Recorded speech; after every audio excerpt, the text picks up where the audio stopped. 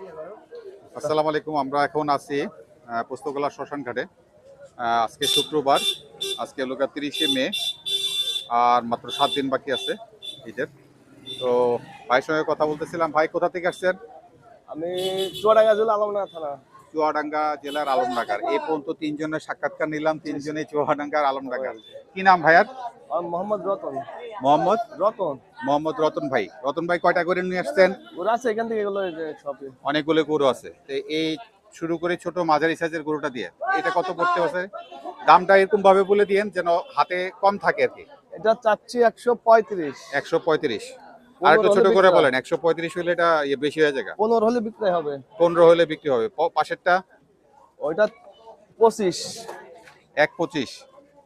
আচ্ছা, এটা কতটুকু গোস্ত হইতে পারে আনুমানিক? এটা 3 মনের উপরে আছে। 3 মনের উপরে আছে। একটু বাবারা একটু দেখি পাশেরটা। এটা হ্যাঁ, এটা চা দাম 190। 190 চাওয়া দাম। একটু ছোট করে বলে দেন যেন এখানে দামাদার বিক্রি হবে। দামাদামি তো করবে। যে নেবে সে আসলে তার সঙ্গে কথা বলে যেখানে হয়। এটা তো না যে আমার এই দর এটা বিক্রি হবে। আচ্ছা আচ্ছা।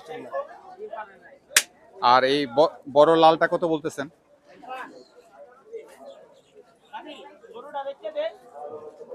এটা কত বলতেছেন ভাই? ওটা 135।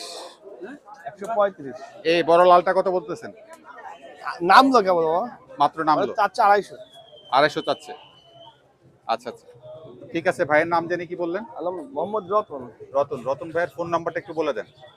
01920427007। আর আরেকবার রিপিট করেন।